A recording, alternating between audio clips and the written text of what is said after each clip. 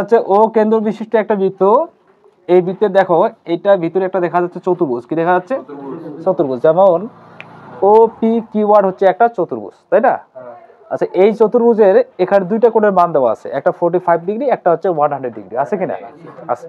তো আমরা জানি যে একটা চতুর্ভুজের টোটাল কোণ হচ্ছে 360 ডিগ্রি। এটা তো তোমাদের জানা, তাই না?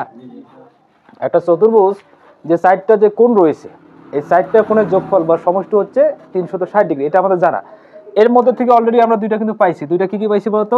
100 ডিগ্রি পাইছি, একটা 45 ডিগ্রি পাইছি। তাহলে 145 ডিগ্রি এটা আমরা পাইলাম। আরো কিন্তু আমাদের গ্যাপ আছে কিনা? 360 থেকে মাইনাস করলে কিন্তু আরো কিছু পাওয়া যাচ্ছে।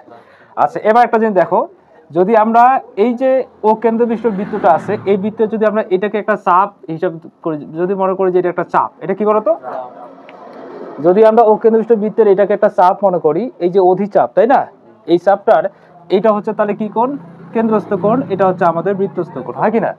তো আমরা জানি যে বৃত্তস্থ কোণটা কেন্দ্রস্থ কোণের দ্বিগুণ। তাহলে এটা হচ্ছে বৃত্তস্থ কোণ, এটা হচ্ছে আমাদের কেন্দ্রস্থ কোণ। তাহলে এই কোণটার দ্বিগুণ হচ্ছে এটা, তাহলে এটা হচ্ছে 200।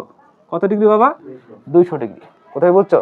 আর আমরা এও জানি যে এটা পুরোটা হচ্ছে 360 ডিগ্রি। তাহলে 360 থেকে যদি 200 কে মাইনাস করি, তাহলে কত পাচ্ছি? 160 হয়।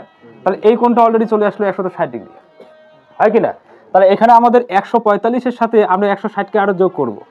এই যে আমাদের যে চতুর্ভুজটা রয়েছে, চতুর্ভুজটা একটা দুইটা তিনটা কোণ পাওয়া গেল। তাহলে 160 কে আরো আমরা যোগ করব। তাহলে কত হচ্ছে এখানে? 5।